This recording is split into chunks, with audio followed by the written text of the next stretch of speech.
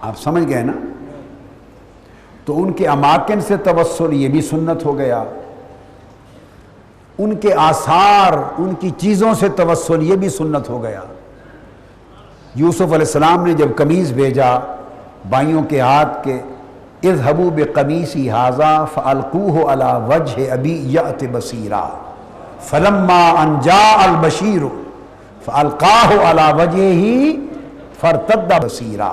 تو یہاں نبی کے آثار سے توسل کر رہا ہے، وہاں نبی ولی کے مقام سے توسل کر رہا ہے، یا نبی سے توسل کر رہا ہے، اور نبی سے بھی نہیں، نبی کے قمیص سے توسل کر رہا ہے۔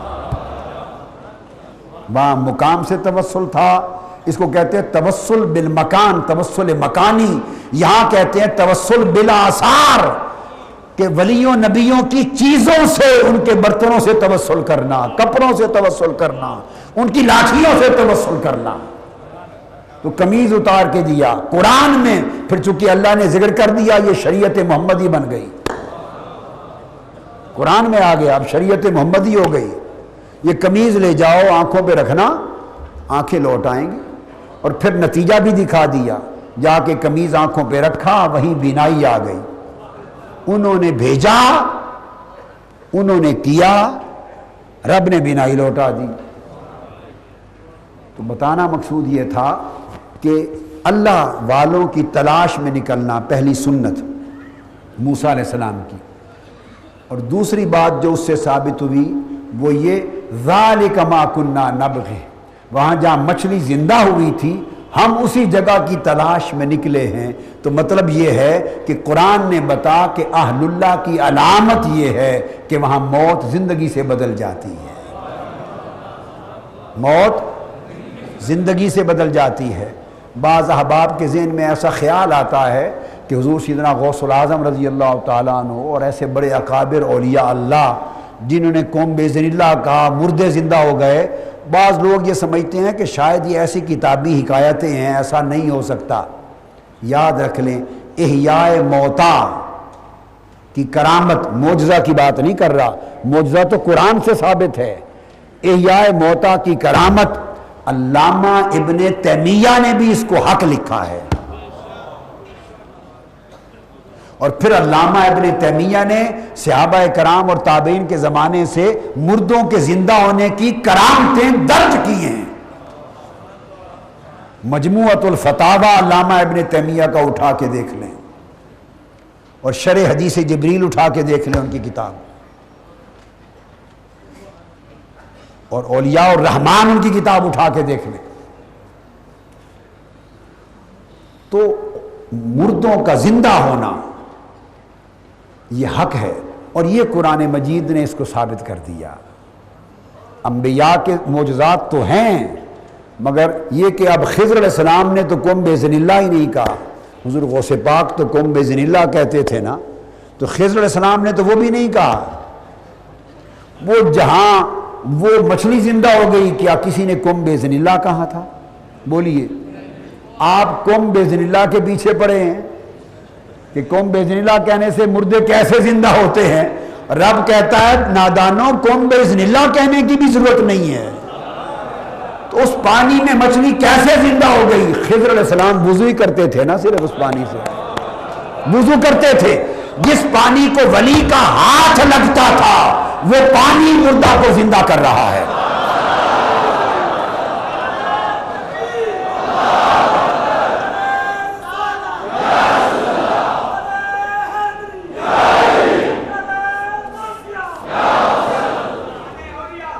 دیکھیے نا کہ انہوں نے وضو کرتے تھے، نہاتے تھے، غسل کرتے تھے، وضو کرتے تھے، پانی مس ہوتا تھا نا۔ تو جو پانی ولی سے یا جو نبی کا عقیدہ رکھتے ہیں نبی سے، دونوں اقوال، جو پانی نبی سے یا ولی سے، سیدنا خضر علیہ السلام سے مس ہوتا تھا، اب اس پانی کی تاثیر یہ ہے کہ اس نے مردہ کو زندہ کر دیا۔ تو اس مس کرنے والے نبی اور ولی کے اپنے تصرف کا عالم کیا ہوگا؟ یہ بات سمجھنے کی ہے۔ تو خضر علیہ السلام جس پانی کو مس کریں وہ تو موت کو زندگی سے بدل دے، تو تاجدار کائنات جن کو مس کر گئے، ہائے ہائے ہائے، ان کے لیے موت کا زندگی سے بدلنا کوئی شے ہے؟ تو دوسری بات یہ معلوم ہوئی، اس لیے فرمایا حضرت بشر الحافی نے کہ لوگوں تمہیں کیا پتا، ایسے لوگ جن کو تم مردہ سمجھتے ہو، قومن موتا، وفات پا گئے، اب ان کی موت کی حقیقت بتا رہے ہیں کہ وہ وفات پا کر بھی ایسے زندہ ہیں کہ ان کا ذکر کریں تو مردہ دل زندہ ہو جاتے ہیں۔ تو اولیاء کے ذکر سے مردہ دل زندہ ہوتے ہیں، مردہ دل زندہ ہوتے ہیں۔ تو جواب میں فرمایا ایسی قوم بھی ہے جن کو دیکھ لے تو زندہ دل ہو تو مردہ ہو جائے۔ تو یہ پھر کون لوگ ہیں خوش بخت؟ یہ بختوں والے کون ہیں کہ جن کے دیکھنے سے دل مردہ ہو جائیں؟ لام والا وہی لوگ ہوں گے نا کہ جو اولیاء سے دور ہیں، وہی ہے نا جو اولیاء سے دور ہیں۔ تو جو آدمی اللہ کے دوستوں سے جتنا دور ہوتا ہے وہ اتنا مبغوض ہوتا ہے، وہ اتنا مردہ دل ہوتا ہے، ان کو دیکھنے سے ہی دل مردہ ہو جاتے ہیں، ان کی صحبت سے دل مردہ ہو جاتے ہیں۔ اور جو اللہ کے جتنا قریب ہوتا ہے اس کو دیکھنا تو درکنار، اس کا ذکر بھی دلوں کو زندہ کر دیتا ہے۔ پھر امام بشر الحافی رضی اللہ تعالی عنہ اس تعلیم میں فرماتے ہیں جس کو امام ابو القاسم قشیری نے روایت کیا حضرت بشر الحافی کے اس قول کو، آپ خود فرماتے ہیں کہ خواب میں آقا علیہ الصلوۃ والسلام کی مجھے زیارت ہوئی۔ یہ وہ لوگ ہیں جو بیداری میں بھی ہر وقت حضور کی کچہری میں رہتے ہیں، مگر اب روایت جو بیان کر رہا ہوں وہ ان کے خواب کی ہے۔ اس کو امام ابو القاسم القشیری نے رسالہ القشیریہ میں روایت کیا، فرمایا رأیت النبی صلی اللہ علیہ وسلم فی المنام فقال لی یا بشر، آقا علیہ السلام کو خواب میں دیکھا اور آپ نے مجھ سے پوچھا اے بشر الحافی اتدری لما رافعک اللہ من بین اقرانک، اے بشر الحافی کیا تجھے معلوم ہے کہ تیرے اللہ نے تیرے ہم زمانہ اور بڑے لوگ ہیں ان سب میں تیرے درجے کو اتنا بلند کیوں کر دیا؟ تیرے درجے کو اتنا بلند کیوں کر دیا؟ وہ درجہ کیا بلند ہوا اس قول کے بعد اس کو ساتھ ہی بیان کر دیتا ہوں۔ تیرے درجے کو اتنا بلند کیوں کر دیا اللہ نے، معلوم ہے؟ تو میں نے عرض کیا اللہ، قلت لا یا رسول اللہ مجھے معلوم نہیں کہ اللہ نے اتنا کرم جو کیا تو کس وجہ سے کیا، اتنا بلند کیوں کر دیا؟ میں نے عرض کیا یا رسول اللہ معلوم نہیں۔ آپ فرمائیے، آقا علیہ السلام نے فرمایا قال باتباعک لسنتی، یہ اب ایک پیکج ہے پورا اصلاح احوال کا آپ کے لیے دیا جا رہا ہے۔ حضرت سیدنا بشر الحافی فرماتے ہیں کہ آقا علیہ السلام نے فرمایا کہ اس لیے تیرا درجہ بلند کر دیا باتباعک لسنتی کہ تو نے میری سنت کی اتباع کی۔ ہم نے آقا علیہ السلام کی سنت کو ہلکا سمجھا ہے، ہم اس کی اتباع سے دور ہیں، محروم ہیں۔ پہلا سبب جو بیان کیا فرمایا تیرے درجے کو بلند کرنے کا سبب میری سنت کی اتباع۔ آگے دوسرا وَخِدْمَتِكَ لِلصَّالِحِينَ، اور دوسرا سبب تو نے اولیاء اور صالحین کی خدمت بہت کی ہے،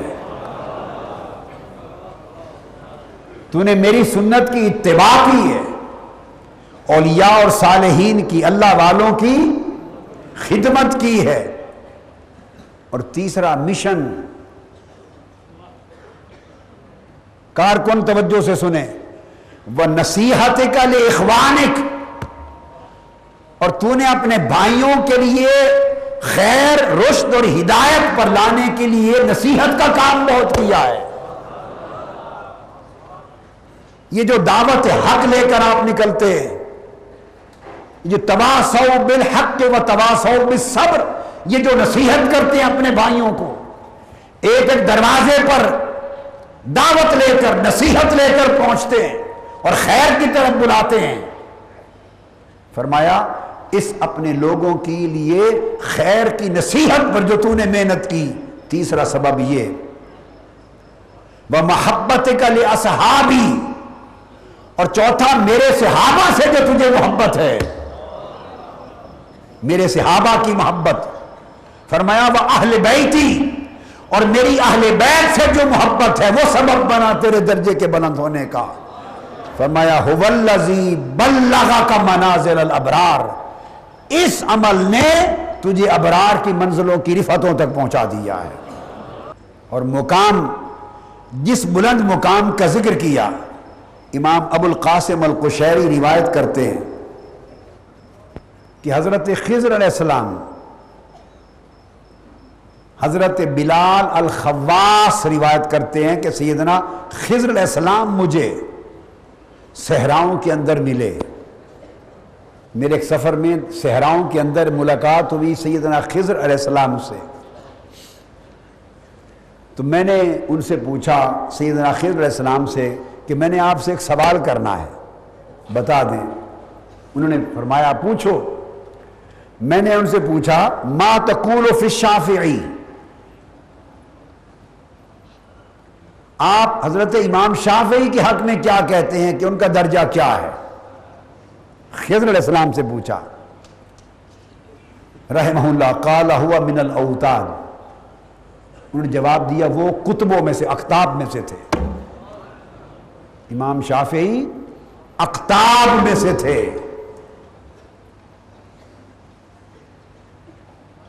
اور یہ وہ امام شافعی اقطاب میں سے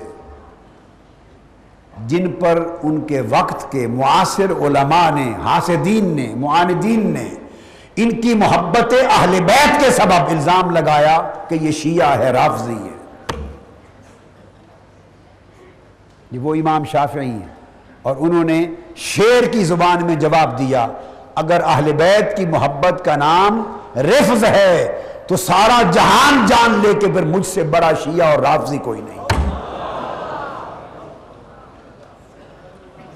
یہ جو کتب بنے یہ اہل بیت کی محبت کے وسیلے سے بنے، چونکہ ولایتیں ساری اہل بیت کے در سے تقسیم ہوتی ہیں۔ ولایت کے فاتح حضور کی امت میں مولا علی المرتضیٰ ہے، اس لیے میں نے پہلی رات یہ بتایا تھا کہ مولا علی المرتضیٰ کی محبت جس دل میں ہو اور ان کے ذکر سے جو چہرہ کھل اٹھے سمجھے مومن ہے، اور مولا علی المرتضیٰ کا ذکر سن کر جس کے چہرے پہ گھٹن آ جائے سمجھ لے وہ منافق اور خارجی ہے، وہ خارجی ہے۔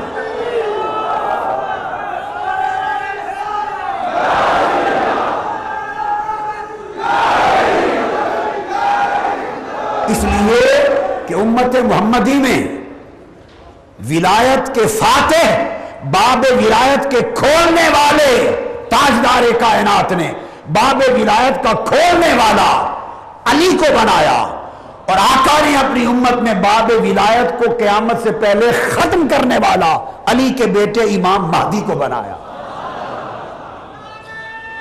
آپ سمجھے؟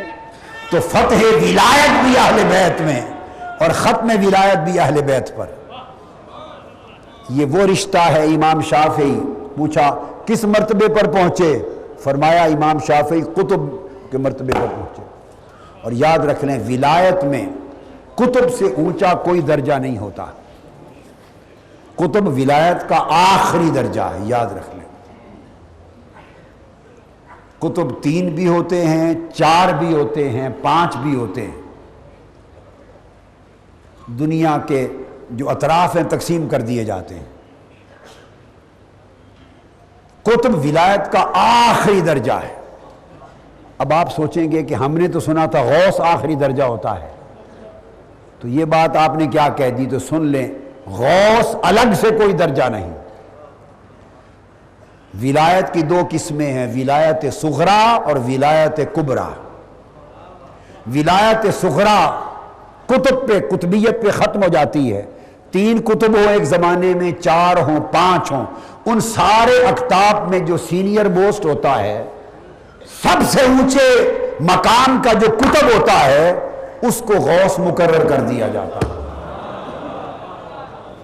اس کو غوث مقرر کر دیا جاتا ہے. تو غوث ایڈمنسٹریٹو پوسٹ ہے.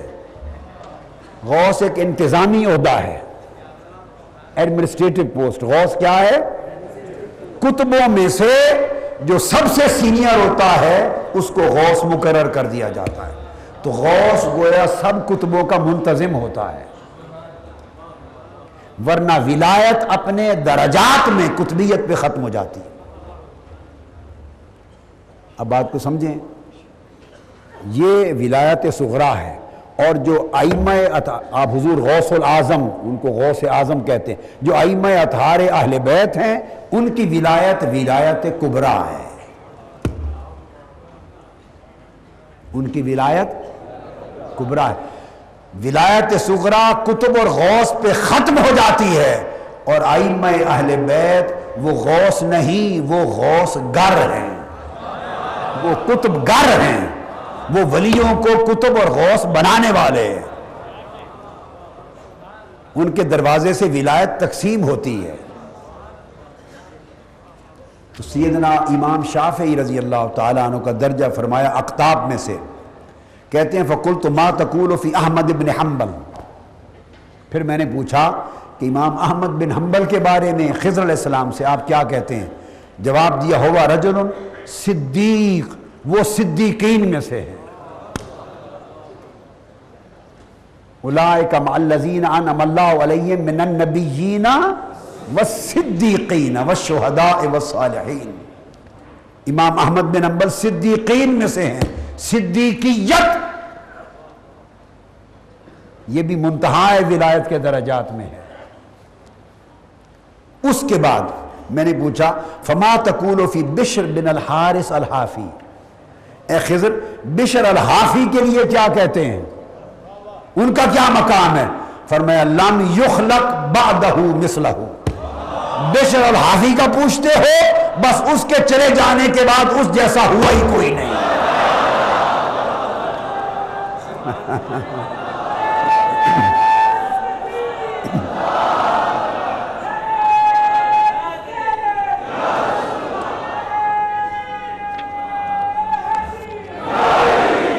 اس جیسا ہوا ہی کوئی نہیں. اب یہ بات ذہن نشین کر لیں کہ جب ایسی بات ہوتی ہے تو اس سے مراد اس زمانے تک کی بات ہوتی ہے، ہمیشہ اس زمانے تک کی بات ہوتی ہے. اور درجہ یہ ملا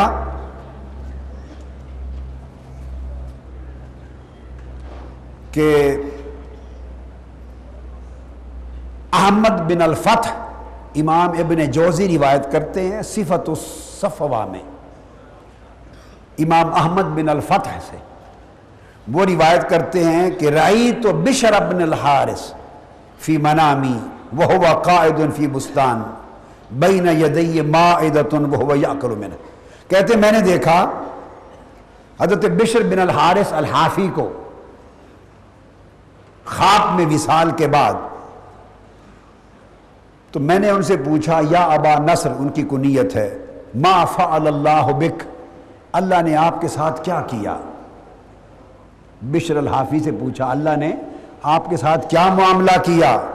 قال غفر لی ورحمنی واباہنی الجنہ. یہ ہے ولیوں کی زبان. ولی دعویٰ نہیں کرتے. ہم تو جس کو ولایت تو دور کی بات ہے، سلوک کی بھی ہوا نہیں لگی، سلوک کی ہوا بھی نہیں لگی، وہ بھی دعوے کرتے ہیں، جنتیں بانٹتے ہیں اور پکڑ کے پتہ نہیں کیا کا کیا کرتے ہیں. ہماری زندگی ساری ایک دھوکہ ہے، فریب ہے. اتنے اتنے اونچے مرتبے والے لوگ تواضع اور انکساری کرتے ہیں. سیدنا امام جعفر الصادق رضی اللہ تعالیٰ عنہ علیہ السلام اپنے مریدوں، اپنے شاگردوں اپنے زائرین اور حاضرین کو بٹھا کے روتے اور ان سے ایک وعدہ لیتے، سیدنا امام جعفر صادق وعدہ لیتے اور ان سے فرماتے یہ ہے اولیاء کا کام، وعدہ لیتے کہ مجھ سے وعدہ کرو میرے ساتھیوں کہ اگر تم میں سے کوئی بخشا گیا تو میری بخشش کی بھی سفارش کر کے بخشوا لے تاکہ اللہ مجھے دوزخ سے بچا دے۔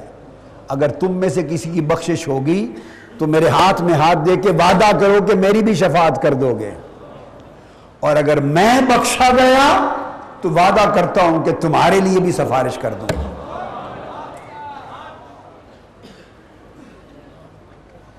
یہ وہ لوگ ہیں جن کو رب کائنات نے جنت نہیں جنتوں کا مالک بنایا ہے، یہ جنتیں بانٹنے والے ہیں، ان کی بندگی کا، تواضع کا، انکساری کا یہ عالم ہے۔ تو ان سے پوچھا کہ آپ کے ساتھ اللہ نے کیا معاملہ کیا؟ تو بشر الحافی فرماتے ہیں اللہ نے مجھے معاف فرما دیا، مجھ پہ رحم کر دیا اور مجھے جنت سے نواز دیا۔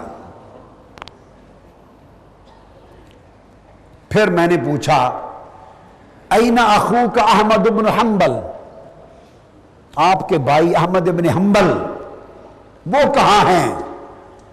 امام احمد بن حنبل کا ان کا سب کا ایک زمانہ تھا، اور امام احمد بن حنبل آپ کو پتہ ہے کہ اہل سنت کے 4 ائمہ فقہ میں سے فقہ حنبلی کے امام، پوری امت میں فقہ حنبلی کے امام ہیں، اور آج تک حنابلہ عالم عرب میں امام احمد بن حنبل کے پیروکار۔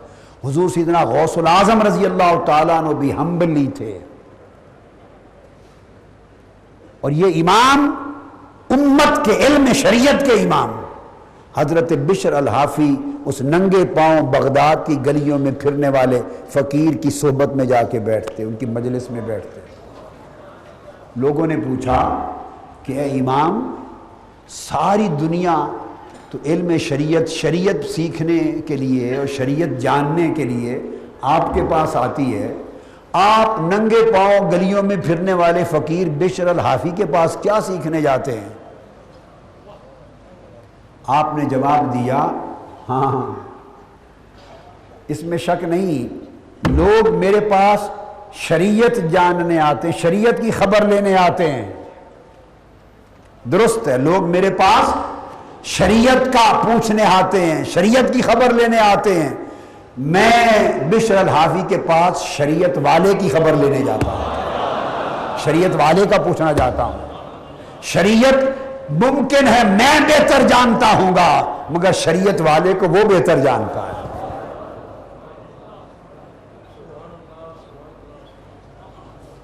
وہ امام احمد بن حنبل چونکہ ان کو کوڑے لگے، 90 کوڑے لگے تھے، وقت کے حاسدین علماء نے حکام کو بھڑکایا، سزائیں دی، 90 کوڑے لگے، قید خانے میں گئے، اذیتناک سزائیں دی۔ اس وجہ سے ان سے پوچھا گیا کہ آپ کے بھائی احمد بن حنبل کا حال کیا ہے؟ قال هو قائم على باب الجنہ ویشفع ممن یقول القرآن کلام اللہ غیر مخلوق۔ وہ جس وجہ سے احمد بن حنبل کو کوڑے لگے تھے اور جنہوں نے لگوائے تھے، خلق قرآن کا ایک مسئلہ تھا، رب کائنات نے احمد بن حنبل کو جنت کے دروازے پر کھڑا کر دیا ہے اور فرمایا احمد بن حنبل اب تو پہچانتا جا، جو صحیح عقیدے والا ہے اس کو جنت میں بھیج دے، جس کو بد عقیدہ سمجھے واپس دھتکار دے۔ اس کو جنت کے دروازے پر کھڑا کر دیا ہے، اس مقام پر کھڑا کر دیا۔ یہ حضرت بشر الحافی ملے ہیں، حضرت بشر الحافی ملے ہیں، اور ادھر امام احمد بن حنبل ملے ہیں خواب میں حضرت امام ابو عوانہ کو، خواب میں ملے ہیں، اور وہ ان سے پوچھتے ہیں کہ بشر الحافی کا کیا حال ہے۔ پہلے پوچھتے ہیں آپ کے ساتھ اللہ نے کیا کیا، اب وہ جواب دیتے ہیں مولا نے مجھے معاف کر دیا، معاف کر دیا۔ یہ دوسرا خواب ہے۔ تو پوچھا کہ بشر الحافی کا حال کیا ہے؟ امام احمد بن حنبل نے جواب دیا کہ بشر الحافی کا کیا پوچھتے ہو؟ رب کریم نے مجھے قریب بلایا اور مجھے کہا احمد بن حنبل تجھے میری وجہ سے مار پڑی تھی نا، لوگوں نے میری وجہ سے مارا تھا، کوڑے کھائے تھے نا میرے نام پر؟ میں نے کہا جی ہاں میرے رب۔ فرمایا پردہ ہٹا دو، اب اس مار کے بدلے جو تو نے صحیح میرے نام پر جی بھر کے میرے مکھڑے کو تک لے۔ فرمایا اللہ نے اپنے دیدار سے نوازا۔ پھر انہوں نے پوچھا کہ سناؤ بشر الحافی کا حال کیا ہے؟ اب امام احمد بن حنبل جواب دیتے ہیں کہ دیدار کر کے میں جب پلٹا میں تو پلٹ آیا، بشر الحافی کا کیا پوچھتے ہو؟ واہ واہ واہ، یہ جواب امام بن حنبل واہ واہ واہ، بشر الحافی کا کیا پوچھتے ہو؟ میں جب بارگاہ الہی سے اس کا دیدار کر کے پلٹا تو میں نے اس وقت بھی دیکھا کہ رب کائنات نے اپنے سامنے دسترخوان بچھایا ہوا ہے اور اپنے دست محبت سے بشر الحافی کو کھلا پلا رہا ہے۔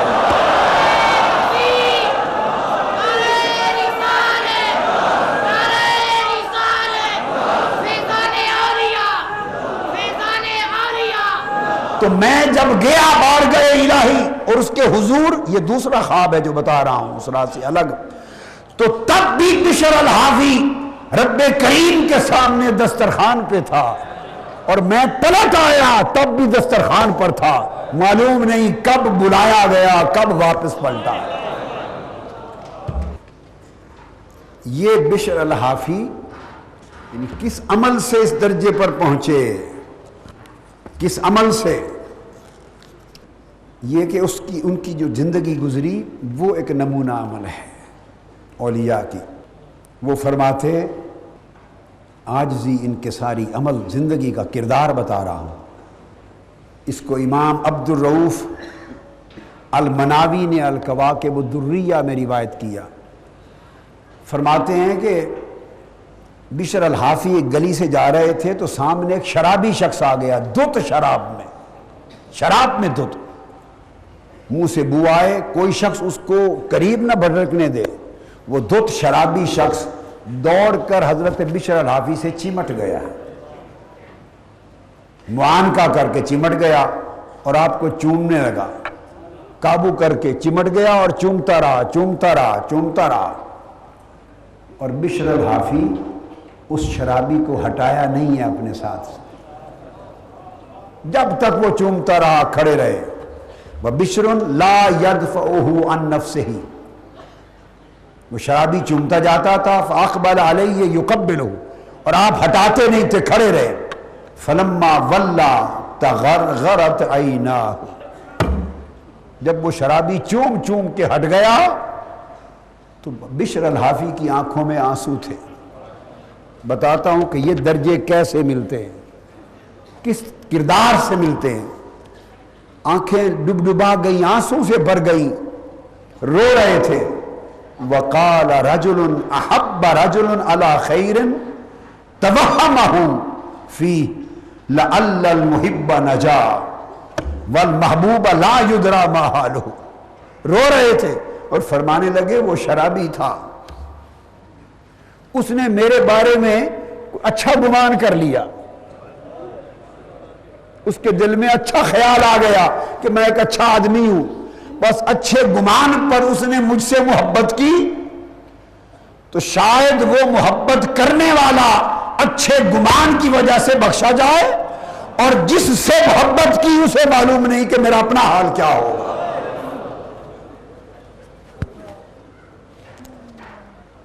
شاید وہ اس محبت کے سبب بخشا جائے جو اس نے مجھ سے کی، نیک گمان کے سبب، اور مجھے اپنا معلوم نہیں کہ میرا حال کیا ہوگا۔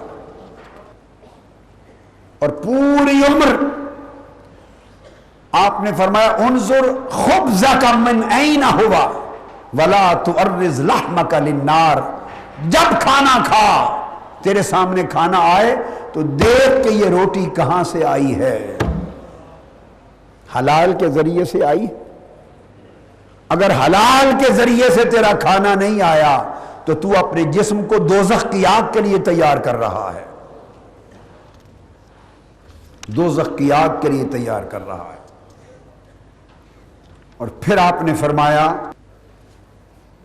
3 اعمال، کسی نے کہا کہ ہمیں کوئی نصیحت کر دے تاکہ ہم اس راہ پہ چل پڑے جس راہ پہ آپ چل رہے ہیں۔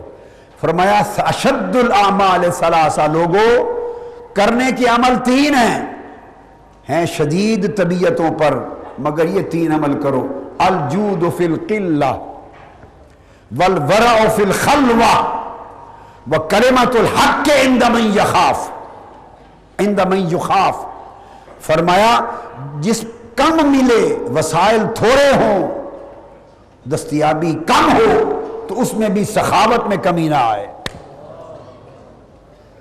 وسائل تھوڑے ہوں، کم ملے، مگر سخاوت زیادہ رہے، تو بندہ جو اپنے ہاتھ میں بھی سخی ہے اور قلب اور باطن نفس میں بھی سخی ہے، ایک تو قلت کے حال میں بھی جود و سخا کو نہ چھوڑو، دوسرا لوگوں کے سامنے، دنیا کی نگاہوں کے سامنے زہد اور ورع اور تقویٰ ہر کوئی کر لیتا ہے۔ فرمایا نہیں، جب تنہا ہو، بندوں کی آنکھ نہ دیکھ رہی ہو، اس تنہائی میں بھی زہد اور ورع کو قائم رکھنا، ورع اور تقویٰ کو قائم رکھنا، اور جس سے ڈر ہے کہ وہ آپ کو نقصان پہنچا دے گا، اس کے سامنے بھی کلمہ حق کہنا۔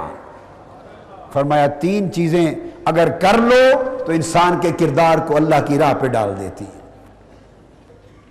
آپ سے پوچھا گیا وصال کے بعد خواب میں کسی کو ملے اور آپ سے پوچھا کہ آپ کے ساتھ کیا معاملہ ہوا بہت لوگوں کو، فرمایا غفر علی وَلِكُلٍ مَنْ شَيَّعَ جَنَازَتِي اَوْ أَحَبَّنِي إِلَى يَوْمِ الْقِيَامَةِ۔ امام مناوی نے بیان کیا، کیا معاملہ کیا؟ فرمایا اللہ نے مجھے بخش دیا اور ہر اس شخص کو بخش دیا جو میرے جنازے میں شریک ہوا، اور ہر اس شخص کو بخش دیا جس نے مجھ سے محبت کی، جس نے مجھ سے محبت کی۔ اب محبت کا مطلب یہ ہے کہ جب محبت ہو جائے کسی سے تو پھر اسی کے طور طریقے اپنا لیے جاتے ہیں، اسی کے طور طریقے اپنا لیے جاتے ہیں، ورنہ محبت جھوٹی ہوتی ہے۔ اور پھر یہی وجہ ہے، میں نے اس رات بیان کیا تھا کہ عمل زندگی کا یہ تھا کہ امام احمد بن حنبل کی خدمت میں بات ختم کرنے کی طرف لا رہا ہوں۔ جب ایک خاتون آئی، یہ میں دوہرا رہا ہوں اس رات کی بات، ایک پردہ پوش خاتون آئی اور اس نے آ کے ایک سوال پوچھا کہ اے امام احمد بن حنبل، میں سوت کاٹتی ہوں، گھر کی چھت پر اپنے دیے پر تھوڑی روشنی ہوتی ہے، کبھی کبھی شاہی جلوس گزرتے ہیں، بادشاہ سلامت گزرتے ہیں، خلفاء اور امراء گلیوں سے، تو بڑی بڑی روشنیاں اونچی ہوتی ہیں، تو دیر تک گزرتے رہتے ہیں، تو ان روشنیوں میں سوت زیادہ کاٹا جاتا ہے تیزی سے، چونکہ دیے کی لو تھوڑی ہوتی ہے، تو کیا اس وقت جو سوت کاٹتی ہوں وہ بیچ کر کھاؤں تو میرے لیے حلال ہے؟ کیونکہ وہ میرا ذریعہ ہے، تو بادشاہوں کی روشنی میں کاٹا ہوا سوت وہ حلال رزق ہے میرے لیے اگر بیچوں؟ امام احمد بن حنبل نے جب یہ بات سنی تو لرز گئے، رو پڑے، کھڑے ہو گئے، فرمانے لگا کہ خاتون مسئلہ بعد میں بتاؤں گا، پہلے یہ بتا کہ تو ہے کون؟ ورع کا یہ عالم، تقویٰ کا یہ عالم، پرہیزگاری کا یہ عالم، عقل حلال کا یہ عالم، تو ہے کون؟ یہ سوال کون کر سکتا ہے؟ امام احمد بن حنبل ہچکی، کھڑے ہو گئے، پوچھا کون ہے؟ اس خاتون نے جواب دیا میں بشر الحافی کی بہن ہوں۔ امام احمد بن حنبل کی ہچکی بند گئی، فرمانے لگے خدا کی قسم یہ سوال بشر الحافی کی کوئی بہن ہی کر سکتی، اور کوئی نہیں کر سکتا۔ زندگی لوگوں زہد اور ورع کا نمونہ بنا لو، اگر آپ کی زندگی میں یہ انقلاب نہیں آتا تو رفاقتوں کا کوئی فائدہ نہیں ہے۔ اس مشن سے منسلک ہونا، رفاقت رکھنا، سنگت رکھنا، اعتکاف میں آنا، یہ سب کچھ اس لیے ہے کہ زندگی میں تبدیلی آئے. اور تبدیلی کی بنیادی بات، اللہ والوں کی راہ چلو اور ان کی طرز زندگی کو اپناؤ. حرص اور لالچ دنیا کی لعنت سے دلوں کو پاک کر لو. اللہ کا خوف، اس کی خشیت، دنیا سے بے رغبتی، زہد، ورع، تقوی، رزق حلال، اخلاق میں پیار، محبت، دوست اور دشمن ہر ایک پر لطف و شفقت، یہ طور طریقے زندگی کے اپناؤ. یہ طور طریقے زندگی کے اپنائیے. جب زندگی میں یہ زہد، یہ ورع، یہ تقوی، یہ خشیت، یہ محبت الہی، یہ دل کی دنیا سے بے رغبتی اور شہوات اور طلبات اور رغبات نفس سے دل کا پاک ہونا، جب یہ کیفیتیں دل میں تھوڑی تھوڑی بڑھتے بڑھتے بڑھتے آ جائیں گی، یہی کیفیت بندے کو مولا کا دوست بناتی ہے. اس کا نام ولایت ہے. ولایت نہ کسی شکل و صورت کا نام ہے، نہ کسی جبہ و دستار کا نام ہے، نہ کسی جبہ و کبہ کا نام ہے، نہ کسی ورد و وظیفہ کا نام ہے، نہ کسی تسبیح کا نام ہے. ولایت تو خود سپردگی ہے، اللہ سے وہ دوستی اختیار کرنی کہ جو رب چاہے بندہ وہ چاہے. بس جو اللہ چاہے آپ کا دل وہ چاہے، اور جو اللہ نہ چاہے وہ سب کچھ دل سے نکال دیا جائے.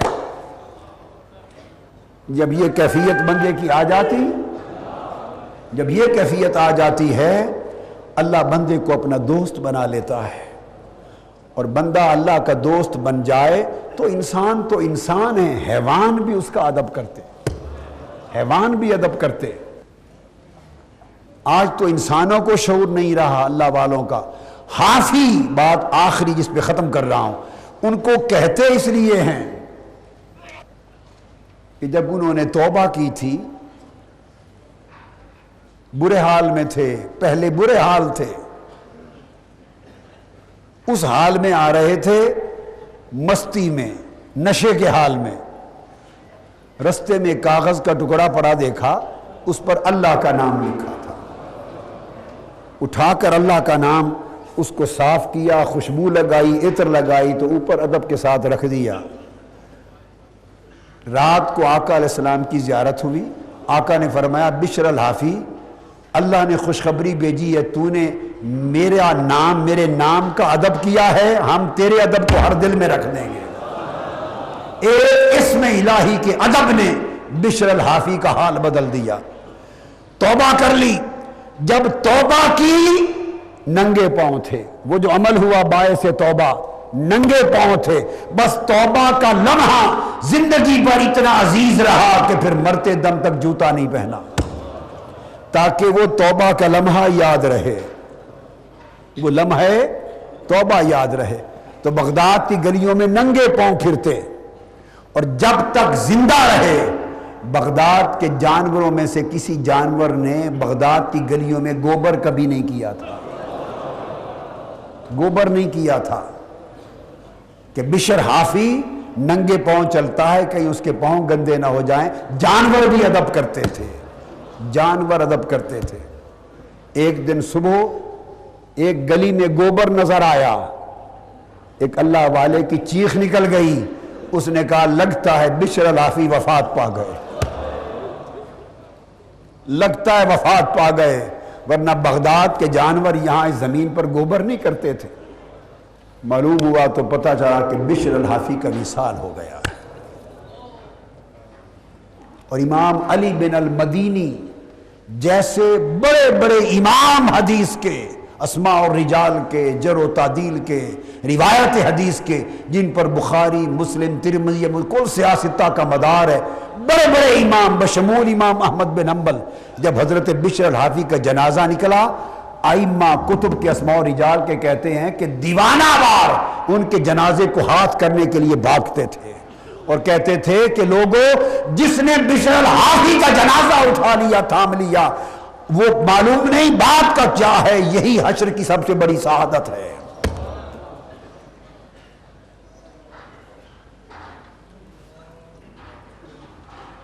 بس جب اعتکاف ختم کر کے جائیں تو 10 راتوں میں جو کچھ یہ بیان ہو رہا ہے اس عزم کے ساتھ جائیں کہ ایک نئی زندگی کا آغاز ہو جائے،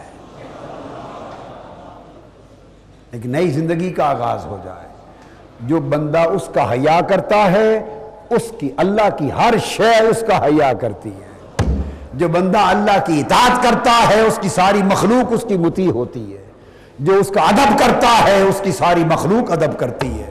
جو اس سے محبت کرتا ہے ساری مخلوق اس سے محبت کرتی ہے۔ یہ نظام ایسا ہے، جو اس کے سامنے جھکتا اور تواضع کرتا ہے ساری مخلوق اس کے سامنے جھک جاتی ہے۔ اس لیے اصل زندگی یہ ہے کہ بندہ مولا کا ہو جائے اور اپنی زندگی میں ایک ہمہ جیر انقلاب لائے، ہمہ جہت انقلاب لائے۔